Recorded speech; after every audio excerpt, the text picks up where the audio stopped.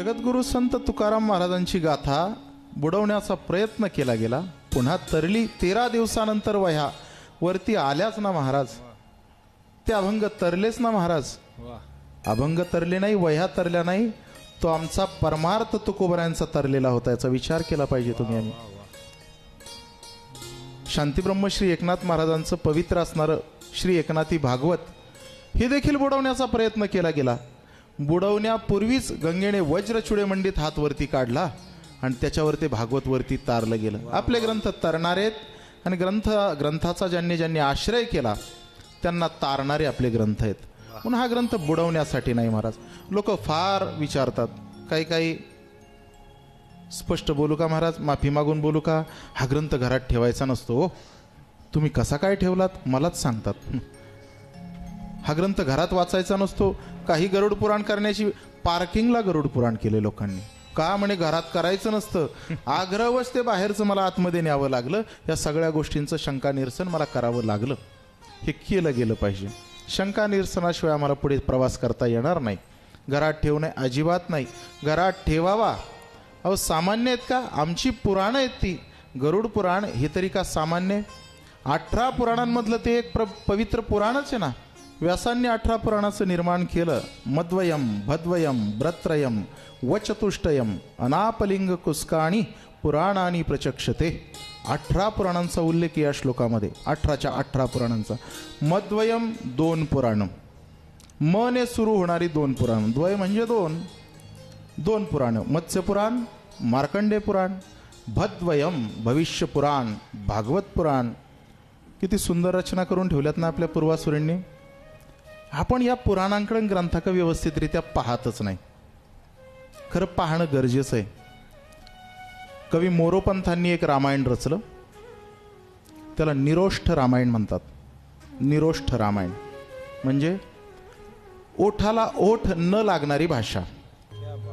प, फ, ब, भ, म हे शब्दच त्या संपूर्ण रामायणात नाहीत. किती सुंदर रचना केली असेल.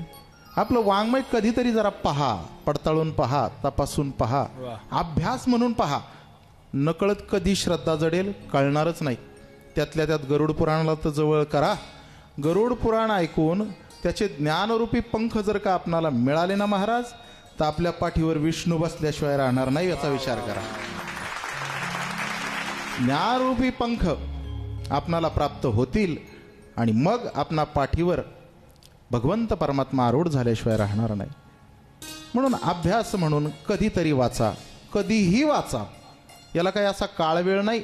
भगवंताचा नामोच्चारण करणाऱ्या पुराणांच्या संबंधाने पुन्हा ज्ञानोबरांची तीच भाषा येईल. काळ वेळ नाम उच्चारिता नाही, दोन्ही पक्ष पायी उद्धरते. दोन्ही पक्ष पायी उद्धरते. दोन्ही पक्ष पायी उद्धरते. दोन्ही पक्ष पायी उद्धरते. काळ वेळ नाम उच्चारिता नाही, दोन्ही पक्ष पाही उद्धरते.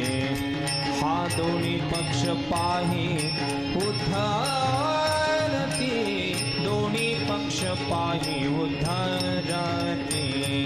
काळ वेळ नाम उच्चारिता नाही, दोन्ही पक्ष पाही उद्धरते. दोन्ही पक्ष पाही उद्धरते. दोन्ही पक्ष पाही उद्धरते. संशय ठेवायचा नाही, बिलकुल ठेवायचं नाही. निराश व्हायचं नाही. ज्ञानार्जन करण्यासाठी आपण काही आध्यात्मिक ग्रंथांना जर हात घालतो आणि जर त्यातलं आपल्याला ज्ञान कळालं नाही तर तो ग्रंथ निरस आहे असा बोध घेण्यात काही अर्थ नाही. तो निरस नाही. खऱ्या अर्थाने त्या ग्रंथात काही निरसं पडलंय, ते आपल्याला सापडलं नाही म्हणून आपण निराश झालोय. हा बोध घ्या आणि मग पुढे चला. कोणाच्या तरी पदरी बसा, समजून घ्या. आपल्या संशयाचा पूर्णपणे निराश करा.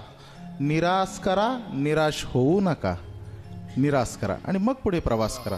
फार पवित्र ग्रंथ आहे. शास्त्रकारांनी या गरुड पुराणाचं वर्णन करताना नेहमीच सांगितलंय इतके स्पष्ट बोलला, सुंदर बोलतात की जसं जर का देवतांमध्ये क्रम लावायचा ठरलाच आणि सगळ्यात उंच ठिकाणी बसवण्याच्या योग्यतेचा देव कोणता असा जर ठरलं ना, तर आमचे संत सांगतात, बळिया माझा पंढरीराव जो या देवांचाही देव, यथा सुराणाम प्रवरो जनार्दन. जनार्दन म्हणजे भगवान श्री विष्णू. विष्णू घ्या किंवा विष्णूचे कोणतेही अवतार घ्या, ते भगवंत परमात्मा बाकी सगळ्या देवतांच्या पेक्षा श्रेष्ठ देव आहे. शस्त्रास्त्र आहेत, तलवार, भाला, बर्ची, मुसळ, कांबी, काही म्हणा, विटा, खूप सारे शस्त्राचे प्रकार आपल्याकडे सापडतात.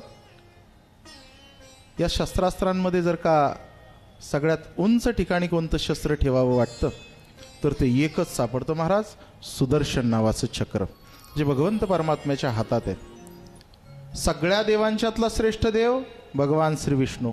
सगळ्या शस्त्रास्त्रांमध्ये उंच आणि श्रेष्ठ शस्त्र कोणतं, तर सुदर्शन. तसंच सगळ्या पुराणांच्यात श्रेष्ठ पुराण कोणतं, गरुड पुराण. सगळ्या पुराणांमध्ये श्रेष्ठ पुराण गरुड.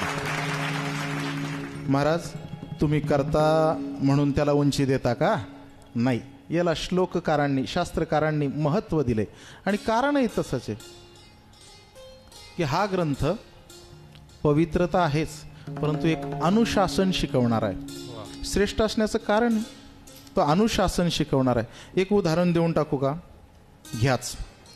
आपणाला तेच शिक्षक जास्त आवडतात. म्हणजे सगळ्यात अवघड प्रकरण अकाउंट म्हणा किंवा भूमिती म्हणा किंवा गणित म्हणा, त्या तासाला जे खेळायला सोडतात ते शिक्षक आम्हाला प्रिय. आम्हाला तेच ग्रंथ आवडतात. श्रीमद भागवत महापुराणे, त्याच्यामध्ये नाचायला मिळतं, मिरवायला मिळतं, नटायला मिळतं, खेळायला मिळतं, मग ते आम्हाला प्रिय आहे. निश्चितच शृंगार रस प्रधान ते काव्य आहे आणि असावं. प्रत्येक काव्याचा एक रस राहतो. तसा या गरुड पुराणाचाही काही रस असेल ना महाराज, आहे ना, निश्चित गरुड पुराणाचाही रस आहे. श्रीमद भागवत हे शृंगार रस प्रधान आहे. कृष्ण परमात्म्याच्या खूप साऱ्या लीलांनी ते युक्त आहे आणि कृष्ण म्हटलं की आपल्या चेहऱ्यावर कळी उमलतेच. लहानांच्याही उमलते, चोऱ्या माऱ्या, लोणी खाणं, पळवणं, टिकलणं, खेळणं ते पाहून. थोडी तरुणांच्याही उमलते, कारण कृष्णाला राधा आवडत होती, त्यांनी त्या राधाकृष्णाला वेगळ्याच ठिकाणी आरूढ केलंय. राजकारण्यांनाही कृष्ण आवडतो का, त्याची नीती एक स्वतंत्र, त्याने महाभारत घडवलंय, त्याच्यातली काही नीती आम्हाला वापरता येते का आणि आम्हाला विजय मिळवता येतो का. यत्र योगेश्वर कृष्ण यत्र पार्थो धनुर्धरा तत्र श्री विजयोर भूती ध्रुवा नीतिर्मतिर्महा. आम्हाला तोही कृष्ण आवडतोच ना. कृष्णाचं चरित्रच असं आहे महाराज, त्याच्यामध्ये कुठेही हात घाला तर तुम्हाला मला आवडणारच ते चरित्र आहे. त्याचा एक स्वतंत्र रस आहे. ज्ञानेश्वरीसारखा पवित्र ग्रंथ आहे, ज्ञानोबरायांनी लिहिला, 725 वर्ष होऊन गेली. इतका पवित्र ग्रंथ आहे, त्याचाही एक रस आहे ना. शांतो ही यस्याम रसहा, ज्ञानेश्वरी अष्टक आहे, त्याच्यामध्ये उल्लेख केला गेला. रचनाकाराने सांगितलं या ग्रंथाचा रस हा शांत आहे. ज्ञानेश्वरी शांत रसात, म्हणजे बाकीचे रस नाहीत असं नाही. नवरस भरवी सागरू, उचित रत्नांचे आगरू पाहून घ्या. 9च्या 9ही रस ज्ञानोबरायांच्या ज्ञानेश्वरीमध्ये आपणाला सापडतात. हो, सापडतात. हास्य घ्या, विभत्स घ्या, करुण रस घ्या, सापडतात. कुठेतरी ओव्या अभ्यासकांकडून जाणून घेण्याचा कधीतरी प्रयत्न करा. कोणत्या रसातली कोणती ओवी ते फार प्रेमाने सांगतील असं कोणी विचारताना सध्याच्या काळात दिसत नाही, पण विचारण्याचा प्रयत्न करा, बरं वाटेल. प्रश्नकाराने चांगला प्रश्न विचारला, म्हणे महाराज ज्ञानेश्वरीमध्ये 9 रस आहेत. हो, 9 रस आहेत ना. मग तो विभत्स नावाचा रस आम्हाला काही सापडला नाही. हो, एवढी पारायण झाली आमच्याकडून. अधोरेखित करायची ठरलीच ना तर एका ओवीच्या अर्ध्या टोकालाच अधोरेखित करतो. ऐका, तुम्ही मी चांगल्या प्रकारचं एखादं व्रत केलं, उत्सव केला, 16 सोमवाराचं व्रत केलं, नेमकं उद्यापन श्रावणी सोमवारला आलं, फार पवित्र महिना होऊन गेला आत्ताच, त्या श्रावणी सोमवारला त्याचं उद्यापन आलं. खूप प्रेमाने, खूप लाघवतेने त्याचं सौंदर्य तुम्ही उंचावण्याचा प्रयत्न केला. रांगोळ्या, फुलं, पायघड्या सगळं केलं, 16 जोड्या बसवल्या. पाटावर 56 प्रकारचे भोग असलेली ताटं, त्यात चांदीचं ताट, सोन्याचा चमचा. कल्पना करायला काय हरकत आहे. माणूस याला त्याला चमचा म्हणतो. आपण नेहमी तक्रारच करतो ना, हा चमचा, हा त्याचा चमचा, तो ह्याचा चमचा. कधीतरी म्हणा ना, हाच आमचा. कधीतरी म्हणा, हा चमचा तो चमचा म्हणण्यापेक्षा हाच आमचा असंही कधीतरी तुमच्या माझ्या मुखातून निघावं. सोन्याचा चमचा, 56 प्रकारचे पदार्थ त्या ताटात आहेत.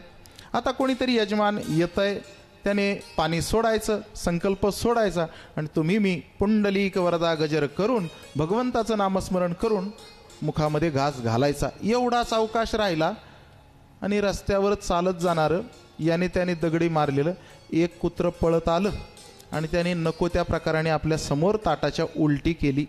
कसं वाटतं हो? ऐकायला कसं तरी वाटतं ना. हे वर्णन, याला विभत्स स्वरूपाचं वर्णन म्हणतात. हेही वर्णन ज्ञानेश्वरीत सापडतं. वमुनिया सुने आताची गेले. वा. जसं एखादं कुत्रं आलं आणि त्या कुत्र्याने उलटी करावी, त्या उलटीकडे तुम्ही आम्ही कसं पाहतोय याचा विचार करा. याला विभत्स स्वरूपाचं वर्णन.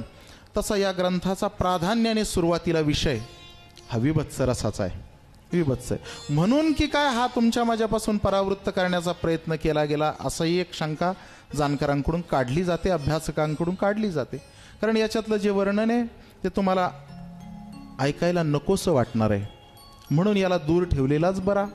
मी म्हणून गेलो, जो ग्रंथ अनुशासन शिकवतो तो ग्रंथ दूर राहणार. जो शिक्षक रोज ग्रहपाठ वर्गपाठ रोजच्या रोज पाहतो तपासतो तो आम्हाला आवडत नाही, पण जो खेळायला सोडतो तो आवडतो. तसे बाकीचे ग्रंथ तुम्हाला आवडत असतील, पण गरुड पुराण थोडं स्वतःच्या नीतिनियमांसाठी, इतका सुंदर ग्रंथ आहे, काय अजून तुम्हाला सांगू. गरुड पुराण हे मृत्यूला मध्यावर ठेवतं. मृत्यूच्या पूर्वी गरुड पुराण हा ग्रंथ मृत्यूच्या पूर्वी आपणाला एक अनुशासन देतो, जेणेकरून मृत्यूच्या नंतरचा प्रवास हा सुखाचा झाला पाहिजे. एवढा गरुड पुराण पवित्र ग्रंथ आहे. तुमच्या माझ्याकडून त्याचं वाचन पारायण निश्चित झालं पाहिजे.